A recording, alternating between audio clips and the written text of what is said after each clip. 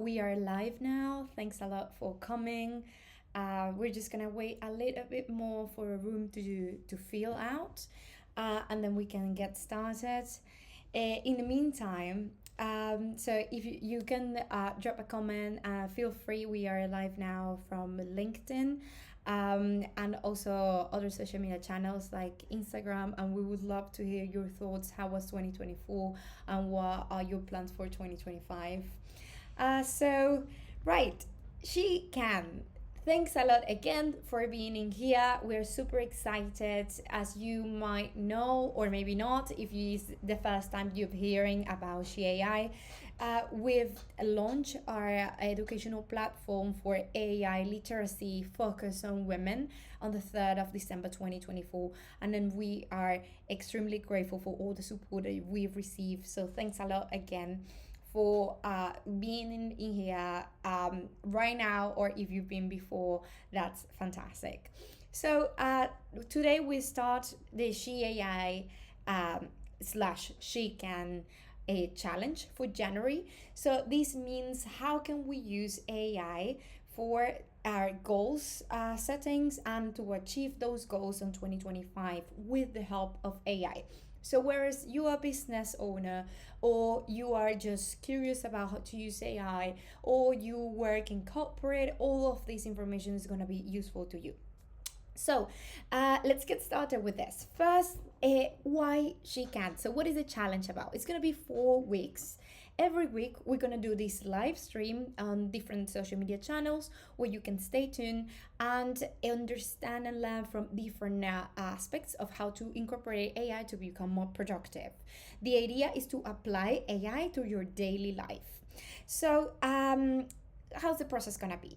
Very simple. You just click the link that we're gonna give you every week. We're gonna post the link, and then you have access to our lives, which are happening every Wednesday at 1 p.m. Central European Time. And then you have access through the link which is in this event, and also our link in bio on Instagram, to downloadable worksheets and the challenge per se. So we really encourage you to go and click the link and download these documents that we prepare. Super excited. I mean, we've been working literally on the 31st of December, making sure that everything is ready for you. So this is a wonderful opportunity. Is everything for free? Just download right now using the link. So let's start with a reflection. So how was 2024?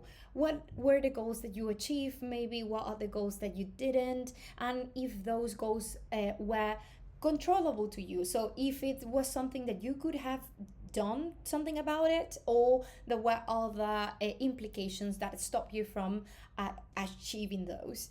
And with that time of reflection, I mean, at the end of the session, we're gonna take a moment to understand how to make organize the goals and apply it with AI to make it more productive. But right now, the most important thing is to look back of how our year was, what did we learn from the year, and what the things that we did, and then what we're gonna do for this year to make it even better.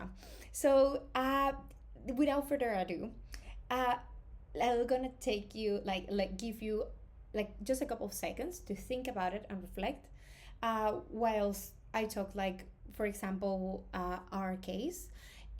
So we've launched our platform, like I said, and last year was like a roller coaster of emotions. And so we had moments where we were pretty self-assured and self-secure of what we're doing, but other moments like maybe we could have acted more systematically and organized.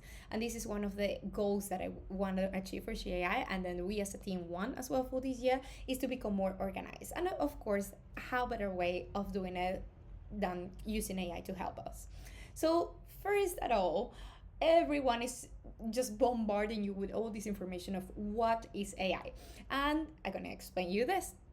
So AI are computer systems that reflect or try to simulate human intelligence. This means things like creative problem solving and creating world models to understand what is around. So they process a large amount of data they are trained on, and then they take action based on that data. AI is huge. and there are different types of things within AI, but we're not gonna be like give you in-depth information in this webinar just yet. But we encourage you to go to our free educational platform SheAI if you want to learn more about the different layers of AI.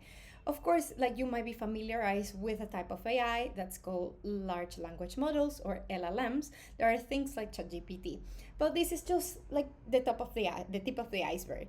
So we have different layers of how can we apply AI to our daily life. The first layer is AI prompting or prompt engineering with these large language models. So it's just basically going to ChatGPT or other language models and asking questions, but there is an art behind it. So we have prepared also in the link that I've mentioned a quick guide on how to make an excellent prompt to take the most out of these tools. But this is the first step. Then the second step is gonna be AI automations. So it's how all these apps connect to each other. So how can you make it more efficient? So you are not just using ChatGPT to take the exact same amount of time of doing the task. Like maybe, yeah, you're already a little bit more productive, but with automation platforms like Zapier or Make, you can connect the API, so basically the systems of these large language models to gain a specific action from this. So AI automation is going to be explained also later or in our educational platform.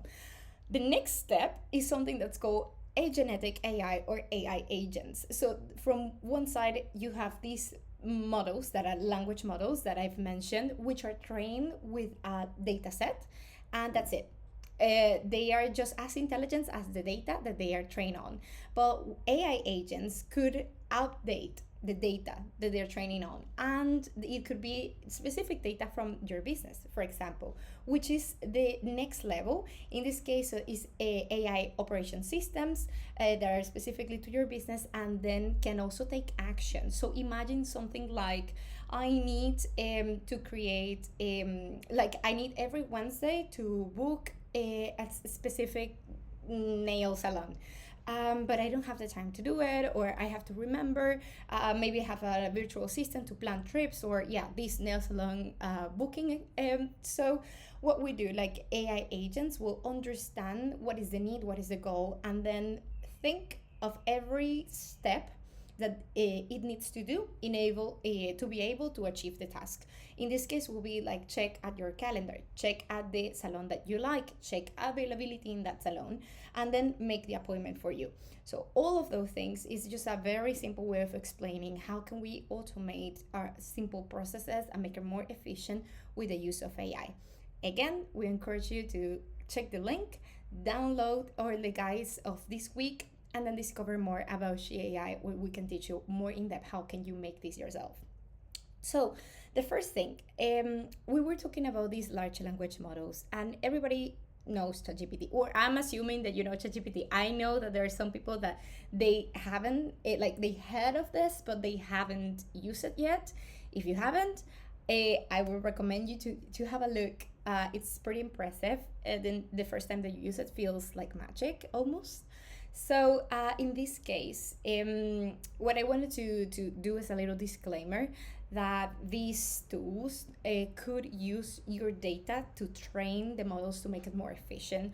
And whilst this might sound okay for some people, there are actually some ethical considerations to consider. So make sure to use the version of ChatGPT that doesn't use your data, so they can train on your data, especially if it's sensitive data. You can adjust this in your settings. Then what other models are available out there is something that is worth exploring. So you have things like Claude from the company Anthropic, ChatGPT from the company OpenAI. Then you have Gemini from Google. You have Llama. You have multiple models out there with specific functions. Maybe not like super specific. They are still large language models, but they are definitely highlight in some areas more than others. Many people I know use, for example, ChatGPT for creative writing. This means content writing, scripts, ebooks, educational material. And it's not even the model right now that's punctuating the most on pedagogical needs, for example. So, what other things are available instead? About the popular models, we recommend a Claude from Atropic for creative writing. In coding, it's pretty good. So you can basically code yourself a basic booking system, for example, using that, or at least have a structure and then work from that. And all of them are pretty good at brainstorming, but particularly like Claude as well for this. Then ChatGPT is really good at organizing information. So if you have a lot of data, documents, PDF, you want to analyze this, make summaries, and execute tasks that are organization related, then ChatGPT is really good at this. Then you have Gemini is more for practical tasks, specifically if you're using the Google Workspace. And now Gemini can be synchronized with your business Google account. And it has pretty cool options. For example, you can just ask like, read all the emails that are pending for today and then classify it in important or urgency order, and then like send this reply. So it already organized your work pretty efficiently. ChatGPT also does the same in collaboration with Microsoft with the Copilot system. So if you're using Microsoft instead of Google, then you could do that with Copilot functions, which also connects at the same time with PowerPoint, Word, and Excel, even for like cracking Excel formulas. So this is about some alternatives for large language models, so you can understand that, again, there is not only ChatGPT, there is a world out there. We encourage you to be inquisitive, because there is an important thing here that we're missing, and is why we should care about AI and what is the significance for women also in AI. So AI literacy, it's gonna be not, and this is not something that I'm saying, like lots of experts in the area and key people in governance are saying that not in the 10 years and 20 years, in the next few years, AI literacy is going to be as important as knowing how to write or read. This is the present and the future of education. It is transforming absolutely every industry and society as well. It will have even psychological impacts in the way that we learn, pay attention, process information. So this means that it is essential not to just be more efficient, which is great, but also to know what this means for you, what it means for your community, and how can you use it, and how can you not use it as well, because it doesn't mean that because we could use AI, we should at every single opportunity that we have. So this is from one side. And then what is significant for women? So did you know that recent, like in just September 2024, there was this study that said that only 35% of women are using AI for business related tasks, so for career growth, in relation to 65% to 67% of men. This already means that the gender gap in AI literacy and initiative and usage is huge and might continue to grow even more. What does that mean to you? So let's put as an example Zara. Sarah, she is the business owners of an e-commerce. She's been doing well for the last few years. She knows how to do her thing. She grows exponentially on social media. She's doing ads. She's doing just fine. Then you have John, who is her direct competitor, exactly the same business, maybe in a different country, but they do exactly the same thing.